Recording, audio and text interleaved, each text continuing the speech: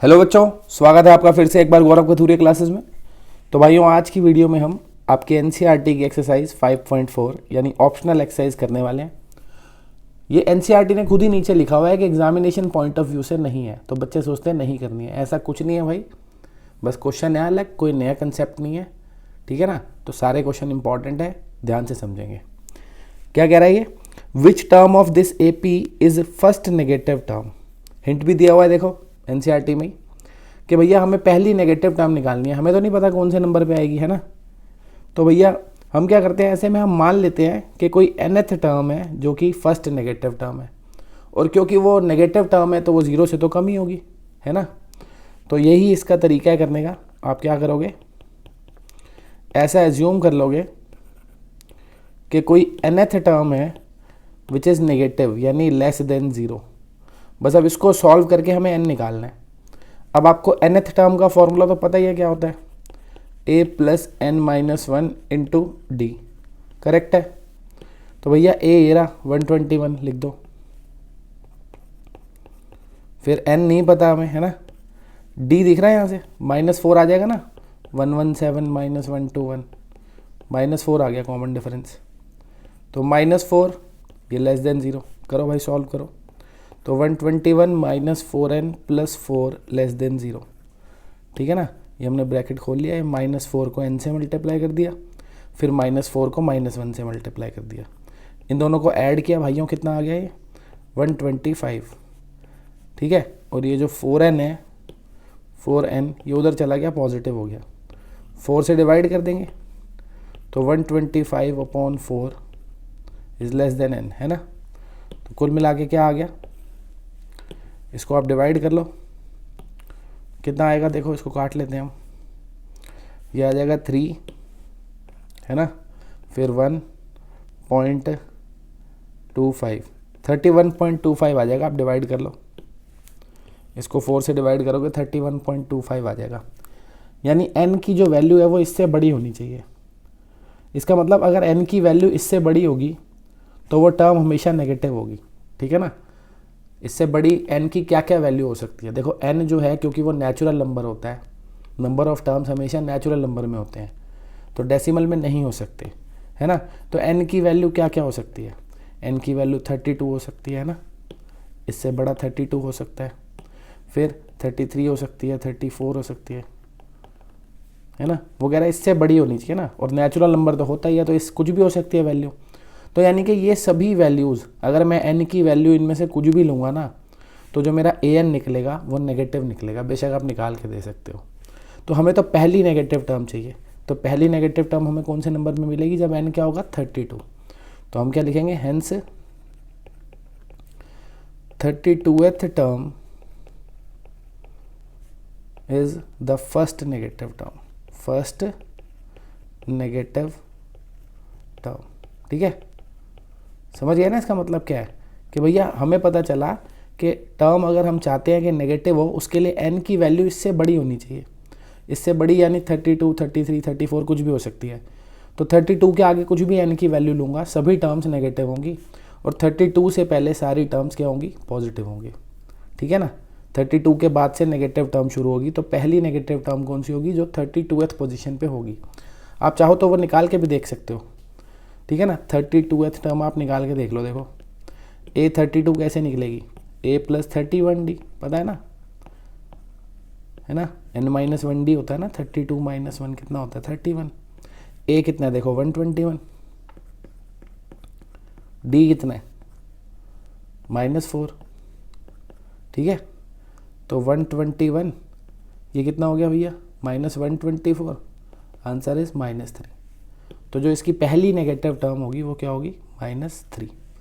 Clear है बच्चों, बढ़ता हूँ आगे। अब देखो इस क्वेश्चन में क्या कह रहा है, the sum of the third and the seventh term of an AP is 6। एक एपी है जिसकी थर्ड टर्म और सेवंथ टर्म, इन दोनों का जो सम है वो 6 है, एंड देयर प्रोडक्ट इज 8, और जो प्रोडक्ट है थर्ड और सेवंथ टर्म का वो 8 है, ठीक है। यानी third term into seventh term, product is 8। अब हमें पता है थर्ड टर्म जो होती है वो a + 2d होती है, सही बात है भाई, और 7th टर्म जो होती है वो a प्लस 6d होती है। ठीक है, इनको हम ऐड कर लेते हैं। a प्लस a कितना हो गया 2a, 2d और 6d ऐड किया तो 8d हो गया है ना, इज इक्वल्स टू 6। 2 कॉमन ले सकते हैं, अंदर रह जाएगा a plus 4d is equals to 6। ये 2 इधर नीचे आ जाएगा भाइयों, डिवाइड हो जाएगा। 6 को 2 से डिवाइड करेंगे 3 रह जाएगा, ठीक है ना। तो a plus 4d is equals to 3। a की वैल्यू निकाल सकते हैं यहाँ से 3 माइनस 4d, ठीक है ना। ये जो 4d है इधर आके माइनस हो गया। यहाँ पे भी अब सॉल्व करेंगे, फिर से हम a3 की जगह क्या लिखेंगे, a प्लस 2d,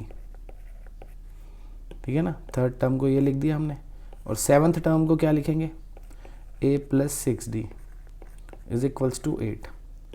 a की वैल्यू जो ये है ये यहाँ पे रख दो आप, इधर भी और इधर भी। तो a की जगह क्या लिख दिया हमने, 3 माइनस 4d, और ये 2d तो है ही, ठीक है ना। इस a की जगह 3 माइनस 4d लिख दिया, 2d एज इट इज़ है। इसमें भी a की जगह मैं क्या लिख रहा हूँ, 3 माइनस 4d, और 6d एज इट इज़ है, इज इक्वल्स टू 8। ये देखो माइनस 4d प्लस 2d कितना हो जाएगा, माइनस 2d है ना। और इधर माइनस 4d प्लस 6d कितना हो जाएगा, प्लस 2d। तो ये मित्रों आपको दिख रहा है a minus B into A plus B, A square minus B square होगा ना, यानी 3 स्क्वायर माइनस 2d स्क्वायर। तो 3 का स्क्वायर इज 9, इसका स्क्वायर आ गया 4d square is equals to 8। तो ये 8 को इधर लाके माइनस कर लेते हैं, 4d स्क्वायर को उधर ले जाते हैं, पॉजिटिव हो जाएगा। 9 minus 8 is equals to 4d square, 9 minus 8 1 आ गया, ये 4d स्क्वायर, ठीक है। 4 को इधर नीचे ले आएंगे है ना, तो हमें d स्क्वायर की वैल्यू क्या मिल जाएगी, 1/4, ठीक है। तो d की वैल्यू क्या आ जाएगी, ये स्क्वायर है ना, इधर आके स्क्वायर रूट हो जाएगा, तो d की 2 वैल्यूज़ मिल जाएंगी, प्लस माइनस 1/2, सही है ना। 4 का स्क्वायर रूट 2 ही होता है ना, तो प्लस माइनस 1/2, डी की 2 वैल्यू आ गई। अब डी की 2 वैल्यू आ गई तो ए की भी क्या होगी, 2 वैल्यूज़ होंगी। अलग अलग वैल्यू पुट करेंगे ना, एक बारी ये एक बारी ये। तो क्वेश्चन अभी आगे सॉल्व करना पड़ेगा। अब जगह तो है नहीं, तो एक काम करते हैं, ये सब हटा देता हूँ मैं। ये सारा काम तो हो गया ना, इसकी ज़रूरत थोड़ी है, तो ये सब मैं हटा के जगह बना लेता हूँ। आप वीडियो में पीछे जाके लिख लेना भाई, ठीक है। तो ये सब मैं हटा देता हूँ जो मेरे को नहीं चाहिए। तो सबसे पहले मैं क्या कर रहा हूँ, देखो डी की वैल्यू ये लेके सॉल्व कर रहा हूँ, 16 टर्म्स का सम निकालना है, ठीक है। देखो when D is plus half, एक बार क्या कर रहे हैं हम, डी की वैल्यू प्लस हाफ ले रहे हैं, तो इसमें पुट करूँगा तो ए कितना मिलेगा मुझे, A equals to 3 minus 4 into half, ठीक है ना। डी की जगह हाफ लिख दिया तो कट जाएगा 2, है ना। इसको काट देता हूँ, तो ए कितना आ गया भाइयों, 3 माइनस 2, यानी ए आ गया 1। अब ए 1 निकल गया, डी हाफ है, हमें 16 टर्म्स का सम चाहिए। तो एस एन का फॉर्मूला तो पता ही है हमें क्या होता है, n/2 2a plus n minus 1d, यही होता है, ठीक है। तो भैया 16 टर्म्स का सम निकालना है, तो n की जगह 16 लिख दिया, a की जगह 1 लिखना है, n की जगह 16 और d की जगह क्या लिखना है, हाफ, सही है ना। तो देखो ये कट जाएगा, 8 आ जाएगा, ये आ गया भाइयों 8, ये 2, ये 15 इंटू हाफ, सही है ना। 16 माइनस 1 15 हो गया। ये एलसीएम ले लूँगा, 2 इंटू 2 4, 4 प्लस 15 19/2 हो जाएगा, है ना।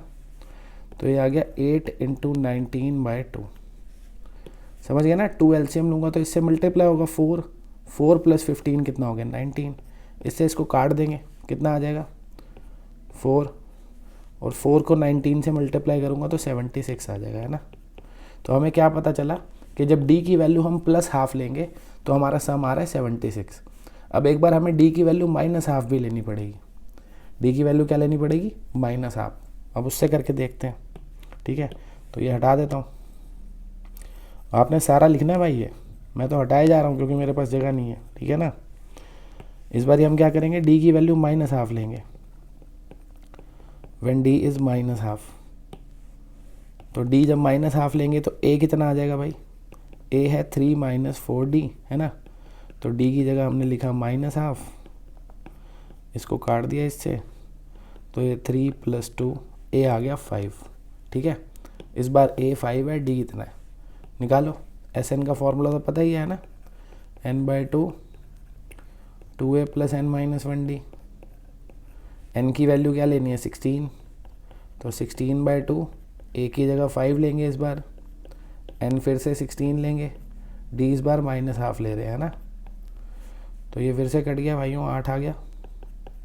2 × 5 10 हो गया, ये 15 × -½ फिर से देखो 2 एलसीएम ले लेंगे, इससे मल्टीप्लाई होगा कितना आ जाएगा 20, तो ये 20 और ये 15 को -1 से मल्टीप्लाई कर दूंगा तो -15 हो जाएगा ना, नीचे 2 है ये एलसीएम आया जो, इसको काट दिया कितना आ गया 4, तो ये हो गया 4 × 5 यानी 20।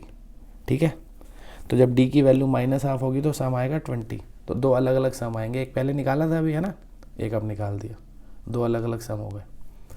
चलो बढ़ते हैं अगले क्वेश्चन की ओर। अब देखो इस क्वेश्चन में क्या कह रहा है, कह रहा है ये एक लैडर है। देखो लैडर देखी होगी ना भाइयों, कभी लकड़ी की सीढ़ी होती है जो कहीं पे भी रख देते हैं हम, घर में पेंट वेंट ज़्यादातर करते हैं जब आके हमारे घर पे लोग, तो यही वाली सीढ़ियाँ यूज़ करते हैं, वो लकड़ी वाली है ना। कईयों के घर पे होती भी है, कईयों के नहीं होती, फिर देखी तो होगी कभी ना कभी। तो अब क्या कह रहा है ये कि भैया इस तरीके की एक लकड़ी की सीढ़ी है, ठीक है, जिसके ना ये हर एक 2 स्टेप्स के बीच में जो डिफरेंस है वो कितना है 25 सेंटीमीटर, और टोटल जो सबसे ऊपर जो यहाँ पे लकड़ी का टुकड़ा लगा है और सबसे नीचे जो लकड़ी का टुकड़ा लगा है, इनके बीच का गैप कितना है, इतना मीटर। तो हमें ये देखना है कि कितने लकड़ी के टुकड़े लगे हैं सबसे पहले, तो बाकी क्वेश्चन तो बाद की बात है।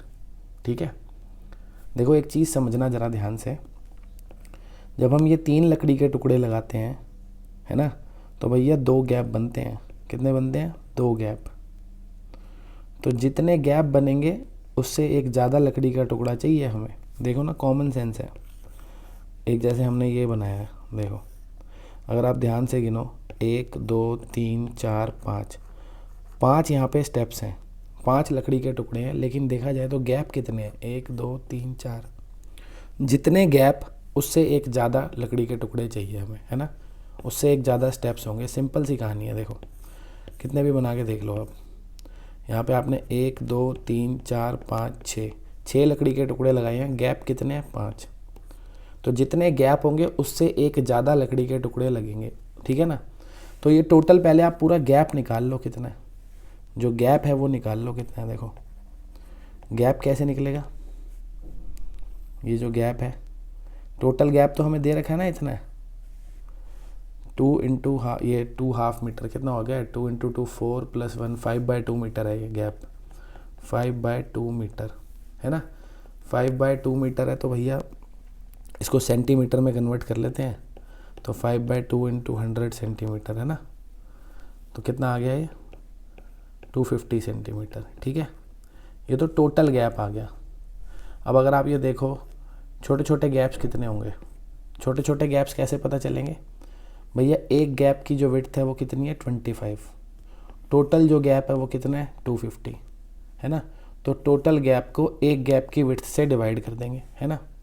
टोटल गैप जो है हमारा 250, उसको एक गैप की जो विड्थ है 25 उससे डिवाइड कर देंगे, और उसमें अगर हम एक ऐड कर देंगे तो हमें नंबर ऑफ़ रंग्स मिल जाएंगे, नंबर ऑफ़ रंग्स। ठीक है ना, रंग्स किसे कहते हैं, ये जो लकड़ी के टुकड़े लगे हुए हैं, ये जो स्टेप्स हैं, ठीक है ना, जिस पे चढ़ते हैं हम लोग। टोटल कितना है 250 सेंटीमीटर, और एक का गैप था 25।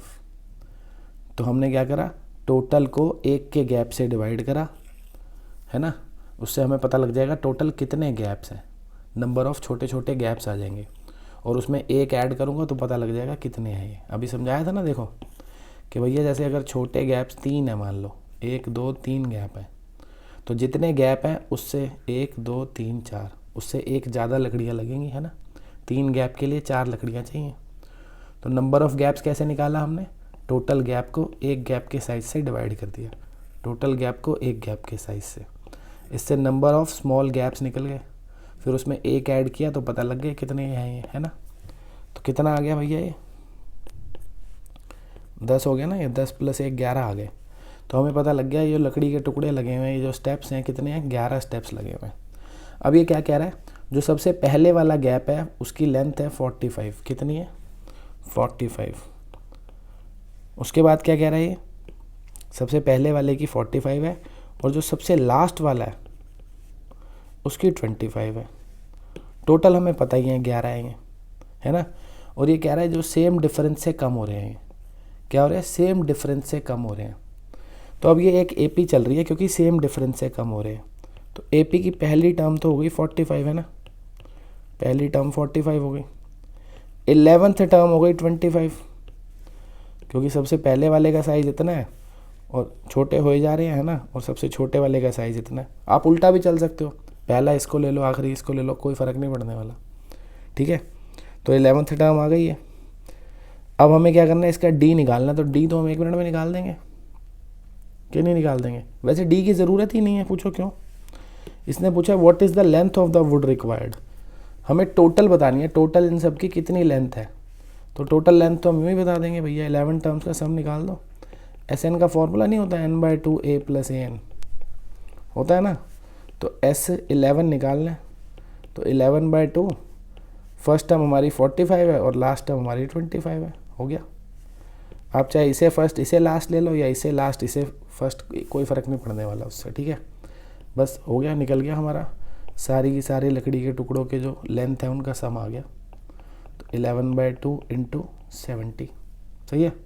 इसको काट देते हैं, 35 आ गया, तो 385 आ गया। तो टोटल ये जो हमारे पास ये जो लकड़ी के टुकड़े लगे हैं, ये जो स्टेप्स होते हैं जिस पे चढ़ते हैं हम, उनकी लेंथ क्या हो जाएगी 385, ठीक है। करते हैं अगला क्वेश्चन। अब ये क्वेश्चन है बच्चों, आप वीडियो पॉज करके तसल्ली से पढ़ सकते हैं, ठीक है। पहले पढ़ लो, फिर जो मैं समझा रहा हूँ उस पर ध्यान दो, ठीक है। तो इस क्वेश्चन में क्या कह रहा है, ये 1 से लेके 49 तक नंबर्स दिए हुए हैं कुछ हाउसेस को, कि भैया 49 हाउसेस हैं, कुछ घर हैं जिसमें एक का नंबर 1 है, एक का नंबर 2 है, एक का 3 है, ऐसे बढ़ते जा रहे हैं, एक का 4 है, ऐसे बढ़ते बढ़ते लास्ट वाले का क्या है जी 49 है, ठीक है। तो 1 से लेके 49 तक नंबर है 49 हाउसेस के।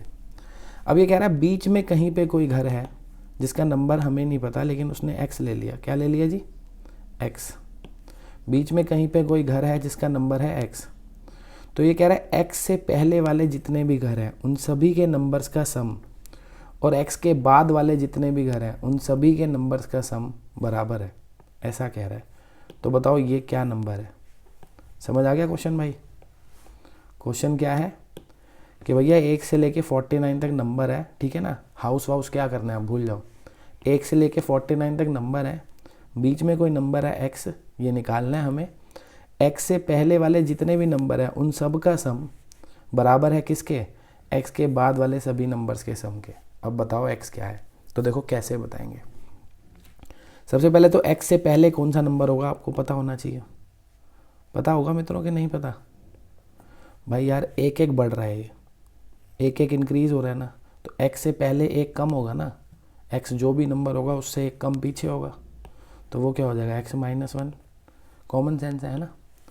तो अब एक बार तो हम इसको NCERT के हिंट के हिसाब से करेंगे, जैसे इसने दिया है वो समझाता हूँ मैं आपको। फिर मैं एक और मेथड भी बताऊँगा, जो पसंद है उससे कर लेना। पहला NCERT वाला मेथड ले रहे हैं, ठीक है। क्या बोला था इसने क्वेश्चन में, x से पहले वालों का सम, यानी इनका सम। इनका सम कैसे निकलेगा भैया, ये कितने नंबर्स हैं, x-1 नंबर्स हैं ऑफकोर्स, एक एक करके बढ़ रहे हैं ना। तो जो ये लास्ट नंबर है उतने ही नंबर्स हैं ये। तो सम ऑफ x-1 टर्म्स, इन सब का सम निकल जाएगा इससे, है ना। अब बाद वालों का सम कैसे निकलेगा, बाद वालों का सम कैसे निकलेगा, ध्यान से सुनना भाई। देखो अगर मैं टोटल 49 का सम निकाल लूँ, किसका सम निकाल लूँ भाइयों, 49 का सम, ठीक है। उसमें से क्या करूँ मैं, देखो इनका सम निकालूंगा यहाँ से यहाँ तक, तो इसको मैं लिखूँगा सम ऑफ 49, है ना। और अगर मैं क्या करूँगा जी, ये यहाँ से यहाँ तक निकाल लूँ, 1 से लेकर x तक का सम, तो इसको लिखूँगा सम ऑफ x टर्म्स, है ना।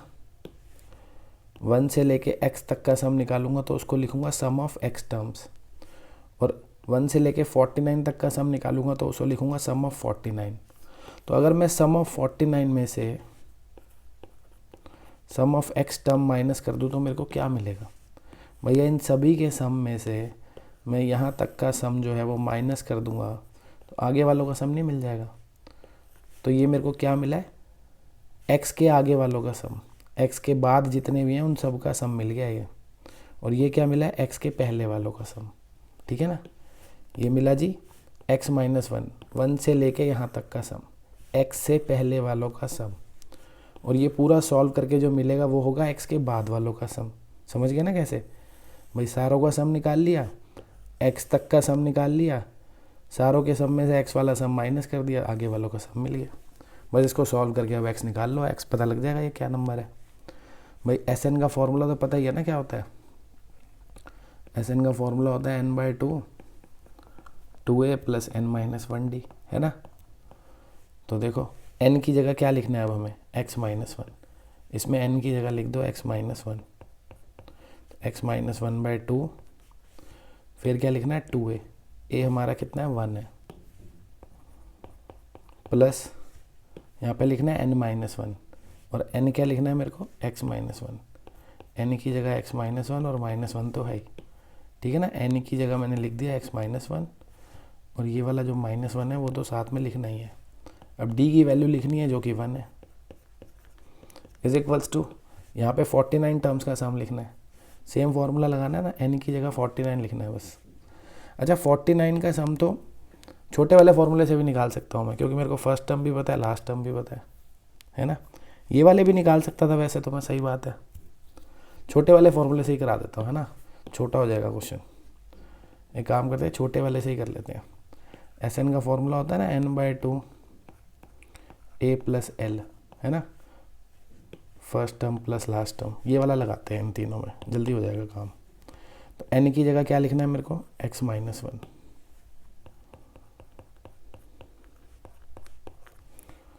फर्स्ट टर्म क्या हो गई मेरी? 1। लास्ट टर्म क्या हो गई मेरी? क्योंकि मैं x माइनस वन तक का सम निकाल रहा हूँ तो ये लास्ट टर्म हो गई, है ना, हो गया।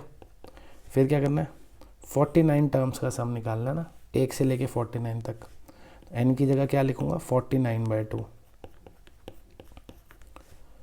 फर्स्ट टर्म तो फिर से वही लिखूंगा 1, और लास्ट टर्म क्या लिखूंगा? 49। तो 1 प्लस 49 माइनस, अब लिखना है x टर्म्स का सम, 1 से लेके x तक का सम, है ना। तो फर्स्ट टर्म 1 हो गई, लास्ट टर्म x हो गई, और नंबर ऑफ टर्म्स भी x हो गई, x by two 1 plus x. ठीक है भाई, अब इसको सॉल्व करके बस x निकालना है। देखो ये जो 2 है ये तो एलसीएम में आ जाएगा ना, ये तो 2 2 कट ही जाएगा एलसीएम आके, सही है।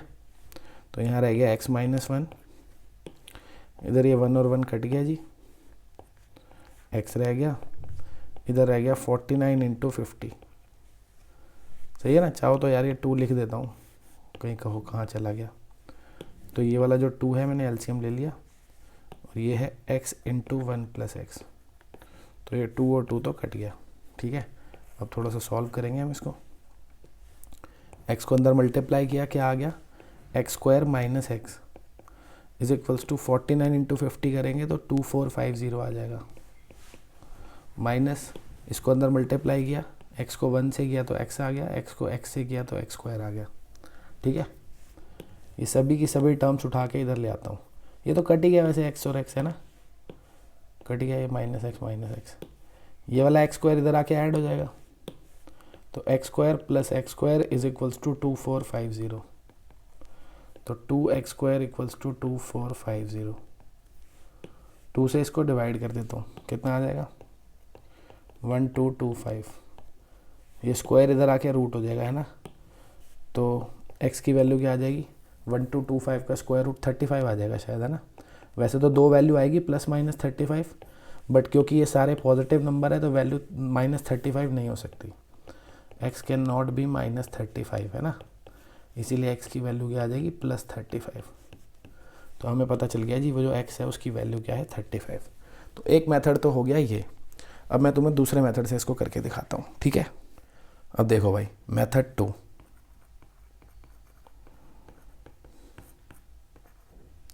इसमें क्या है देखो, वही करूँगा मैं, नंबर थे ना घर के, पहले घर का 1 नंबर, दूसरे का 2, तीसरे का 3, करते करते करते करते कहीं पे x है, x से पहले क्या होगा, x माइनस 1 है ना जी, x से पहले उससे 1 कम होगा ना, x के बाद क्या होगा, अच्छा x से 1 ज़्यादा यानी x प्लस 1 है ना, ऐसे बढ़ते जाएंगे और बढ़ते बढ़ते लास्ट वाले घर का नंबर क्या है, 49।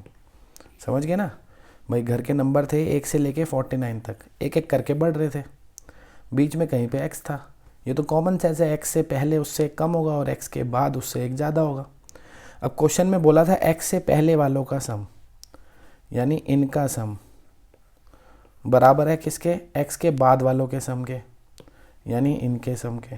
तो ये हम डायरेक्ट भी कर सकते थे, देखो कैसे, इनका सम हम डायरेक्ट निकाल सकते हैं दोनों का। कैसे, देखो SN का फॉर्मूला आपको पता है ना क्या होता है, छोटे वाला ही लगाऊंगा मैं, n/2 a + l होता है। देखो आपको इस AP को आप अलग से देखो, ये एक AP है, इसमें ये सम का फॉर्मूला लगा दो, कितनी नंबर ऑफ टर्म्स है, इतनी, जो लास्ट टर्म है ना, n की जगह क्या लिखूंगा, x माइनस 1।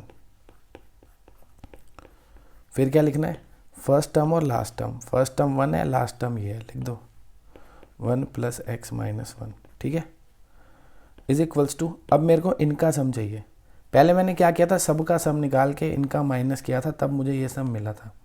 अब मैं डायरेक्ट ये सम निकाल रहा हूँ, मैं इसको एक अलग से AP देख रहा हूँ, अलग से एक AP है, समझ लो छोटी सी, जिसकी पहली टर्म ये है और लास्ट टर्म ये है, बात खत्म। पहली टर्म ये है और लास्ट टर्म ये है ना, बस इसमें क्या है, नंबर ऑफ टर्म्स अलग है। क्या है, नंबर ऑफ टर्म्स। ये कितनी नंबर ऑफ टर्म्स है आप बता सकते हो मुझे, ये कितनी टर्म्स होंगी, n बता सकते हो आप भाई। नंबर ऑफ टर्म्स तो बहुत आसान है ना भाई, टोटल कितनी है ये, 49, 49 में से x माइनस कर दिया, तो जो बचेगा ये उतनी टर्म्स है, तो n कितना हो जाएगा यहाँ पे, 49 माइनस x। कितनी टर्म्स हो जाएंगी ये, क्योंकि टोटल 49 टर्म्स थी, इससे पहले x टर्म्स है, 49 में से x को माइनस कर दिया, जो बच गया उतनी टर्म्स हो जाएंगी, तो जो n है वो क्या हो जाएगा, 49 माइनस x। n की जगह सीधा क्या लिख दिया, 49 माइनस x, ठीक है, इनटू यहाँ पे क्या आएगा, यहाँ पे आएगा भैया first term plus last term, तो ये फर्स्ट टर्म और ये लास्ट टर्म, तो x + 1 + 49। बस अब डायरेक्ट कर दो सॉल्व, देखो ये 2 से 2 कट गया, ये कितना आ गया, x माइनस 1, ये 1 और 1 कट जाएगा, कितना रह गया, x, ये 49 माइनस x, और ये इनको ऐड किया तो ये 50 + x हो गया, ठीक है, खोल लो ब्रैकेट्स। कैलकुलेशन ऑलमोस्ट वैसे सेम ही है, पीछे भी सेम थी, इसमें भी सेम है, जैसे आपको अच्छा लगे वैसे कर लेना मेथड। 49 × 50 आ गया 2450, ठीक है, 49x माइनस 50x और माइनस x², ठीक है ना बच्चों, तो ये x² इधर आके ऐड हो जाएगा, तो x² + x², ये 2450 एज इट इज़ है, 49x में से 50x माइनस करूँगा तो माइनस x रह जाएगा, है ना, और ये वाला जो माइनस x था ये इधर आके प्लस x हो जाएगा, तो देखो वहीं की वहीं आ गई ना कैलकुलेशन, ये कट गया, ये 2x² = 2450, सेम वही कैलकुलेशन आ गई, ठीक है ना, हो गया ना क्वेश्चन। ऐसे भी कर सकते हो। चलो बढ़ते हैं अगले क्वेश्चन की ओर। ये देखो बच्चों, इस क्वेश्चन में क्या कह रहा है, ये देखो ऐसे करके ये सीढ़ियाँ सी बनी हुई हैं ना, ये स्टेयर्स हैं, हम चढ़ रहे हैं इस पर। देखो आप हर स्टेयर को अगर इंडिविजुअली देखो वो एक क्यूबॉइड की शेप में है, हर स्टेयर की शेप क्या है, एक क्यूबॉइड है ना। और अगर आप ध्यान से देखो हर स्टेयर की हाइट अलग अलग होगी, पहली की थोड़ी सी हाइट है, दूसरी की और ऊंची हो गई, तीसरी की और ऊंची हो गई, अगली की और ऊंची हो गई, हाइट जो है हर स्टेयर की बढ़ रही है ना। लेंथ और ब्रेथ तो बराबर ही होगी, कोई भी स्टेयर है उसकी लेंथ जो है, सारी स्टेयर्स की लेंथ जो है वो बराबर होगी, है ना। और सबकी जो विड्थ होगी, जिसको ट्रेड बोलते हैं, जहाँ पे हम पैर रखते हैं, सबकी विड्थ भी क्या है, बराबर है। बस क्या अलग है, हर एक स्टेयर की हाइट जो है वो अलग है, क्योंकि हाइट जो है स्टेयर की हम ज़मीन से देखेंगे, है ना, ज़मीन से ही तो ईंटें लगाएंगे ना, यहाँ पे हम जो सामान लगाएंगे वो ज़मीन से ही तो लगाएंगे।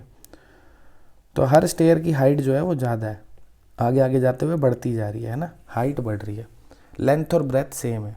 तो अगर आपसे पूछा जाए कि पहली स्टेयर की वॉल्यूम क्या होगी, क्योंकि स्टेयर क्यूबॉइड शेप में है, क्यूबॉइड की वॉल्यूम होती है length into breadth into height, तो पहली वाली स्टेयर की वॉल्यूम होगी length into breadth into height, पहली वाली की हाइट अलग है, हर एक की हाइट अलग है, इसलिए मैं h1 h2 लिखूँगा। लेंथ ब्रेथ सेम है ना। तो पहली वाली की वॉल्यूम क्या हो जाएगी भाई, लेंथ इंटू ब्रेथ इंटू पहले वाली की हाइट। फिर दूसरी स्टेयर की वॉल्यूम क्या होगी, उसमें भी लेंथ ब्रेथ सेम है, हाइट जो है वो उसकी अलग है, तो h2 लिख दिया। तीसरी वाली स्टेयर की वॉल्यूम क्या होगी, उसमें भी लेंथ ब्रेथ सेम है, हाइट अलग है, h3 लिख दिया। ऐसे करते करते टोटल कितने स्टेप्स हैं, 15। तो लास्ट वाले स्टेप की वॉल्यूम क्या होगी, LBH3। सही है ना भाई, वॉल्यूम ऑफ क्यूबॉइड होती है ना length into breadth into height. तो पहले वाले की वॉल्यूम हाइट 1 लिखा है क्योंकि अलग हाइट है, लेंथ ब्रेथ सेम है, सब में लेंथ ब्रेथ सेम लिखी है, सबकी हाइट अलग है तो बढ़ाए जा रहा हूँ। लास्ट वाली 15th स्टेप है, गलती से 3 लिख दिया मैंने यहाँ पे, है ना। 15 स्टेप्स हैं टोटल, तो ये टोटल इतनी ही तो वॉल्यूम लगेगी ना वहाँ पे, है ना। टोटल वॉल्यूम इतनी लगेगी, वॉल्यूम ही पूछी है उसने हमसे, है ना, कितनी वॉल्यूम है इसकी, कितना कंक्रीट इसमें लगेगा। तो देखो LB तो सब में से कॉमन आ रहा है क्योंकि सेम है, अंदर क्या रह गया, H1 H2 H3 up to H15, ठीक है। तो लेंथ और ब्रेथ कितना है वो हमें दिया हुआ है, क्या कह रहा है ये, 50 मीटर लॉन्ग, क्या है 50 मीटर। भैया हर एक की जो लेंथ है वो कितनी है, 50 मीटर, लेंथ हो गई 50। और जो ट्रेड है, जो चौड़ाई है स्टेयर की हर एक की, वो कितनी है, 1/2 मीटर। कितनी है भाइयों, 1/2 मीटर। अब बात आती है हाइट की, कि हर स्टेयर की हाइट कितनी कितनी है। पहली वाली स्टेयर की जो हाइट है वो 1/4 है। फिर क्या कह रहा है, हर स्टेयर की हाइट जो है वो बढ़ती जा रही है, इतने से इतना डिफरेंस है ना। पहले वाले की जैसे 1/4 है तो अगले वाले की क्या होगी, इससे 1/4 ज़्यादा, यानी 1/4 प्लस 1/4, 1/4 प्लस 1/4 कितना आ जाएगा, 1/2। तो अगले वाले की लेंथ कितनी है, 1/2। फिर तीसरी वाले की हाइट कितनी है, लेंथ बोल दिया मैंने गलती से, हाइट है, ठीक है ना। पहली वाली की हाइट क्या है, 1/4। दूसरी वाली की कितनी है, पहले वाली से ज़्यादा है, पहले वाली की 1/4 थी, उसमें 1/4 और ऐड किया, 1/2, ये दूसरी की हाइट है। तीसरी की हाइट क्या है, इसमें भी 1/4 ऐड कर दो, 1/4 बढ़ रही है ना, AP हो गई ना, एक AP हो गई जिसका कॉमन डिफरेंस 1/4 हो गया, तो ये आ गया 3/4। तो इस तरीके से बढ़े जा रही है ना। तो 15 जो भी होगी लास्ट, हमें नहीं पता क्या है, इस तरीके से बढ़े जा रही है। तो इसका सम तो निकाल ही लोगे, ये एक AP है ना, ये एक AP है। देखो इस AP का जो है फर्स्ट टर्म क्या है, 1/4, कॉमन डिफरेंस भी 1/4 है क्योंकि 1/4 ऐड कर रहे थे हम, नंबर ऑफ टर्म्स 15 है, तो सम तो निकाल ही लोगे। SN का फॉर्मूला तो पता ही है ना AP का, n/2 2a + n-1d, है ना, लगा लो भाई। तो बाहर ये कितना हो गया, देखो इससे कट गया ये 25, तो 25, इनका सम मैं इस फॉर्मूले से निकाल देता हूँ। क्या लिखना है, n/2, n है 15, तो 15/2, अंदर क्या आएगा 2a, a कितना है 1/4, तो 2 × 1/4 प्लस n-1, n कितना था 15, 15 - 1 हो जाएगा 14, इंटू d कितना है, d भी 1/4 है, ठीक है। तो देखो ये 4 LCM आ जाएगा, तो होगा 25 × 15/2, 4 LCM ऊपर 16 आ जाएगा, है ना। देखो 4 LCM लिया तो ये 2 और ये 14 ऐड हो गया, 16 हो गया। काट दो भैया इसको, देखो 4 से कट गया है ना, 2 से इसको भी काट दो। अभी हो गया 2 × 15 30, 30 × 25 750, है ना। तो 750 क्यूबिक यूनिट्स, मीटर क्यूब, है ना, 750 मीटर क्यूब। इतनी वॉल्यूम चाहिए हमको ये सारा का सारा बनाने के लिए, जो भी स्टेयर्स हैं, ठीक है। हो गया क्वेश्चन। तो इसी के साथ ऑप्शनल एक्सरसाइज खत्म होगी भाइयों। ये सारे क्वेश्चन एक बार अपने हाथ से खुद से कर लेना, ठीक है। चलो अलविदा, टेक केयर, बाय।